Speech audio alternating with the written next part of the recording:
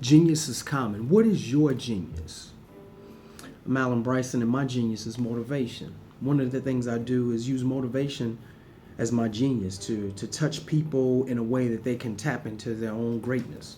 For example, think of a marathon runner. Think of a bodybuilder. Think of an athlete. What do? They train. They train their bodies in such a way that they get peak performance for a particular outcome or a particular event, such as a game or the Olympics or whatever. But they train their bodies constantly. They work out, they lift, they run, they watch what they consume, and they watch what they take in their bodies. They take care of their bodies. They let their bodies rest. They let their bodies recuperate.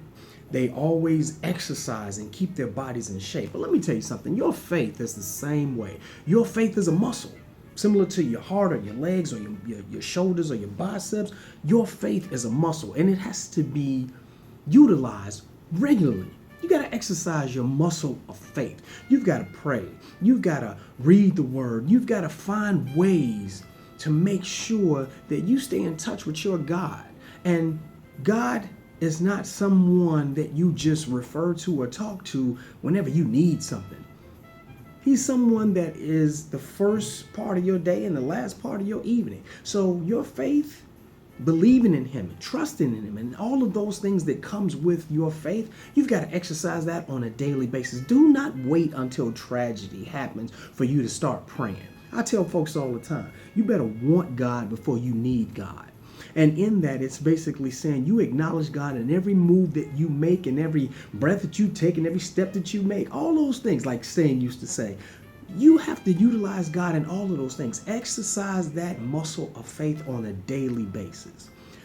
Therefore, when trials come up and when events come up and Olympics of your faith come up, you have an exercised faith that says, I'm ready for this challenge. You're going to have challenges in your life, and your faith needs to be exercised. So when that faith or that challenge comes, your faith is in shape.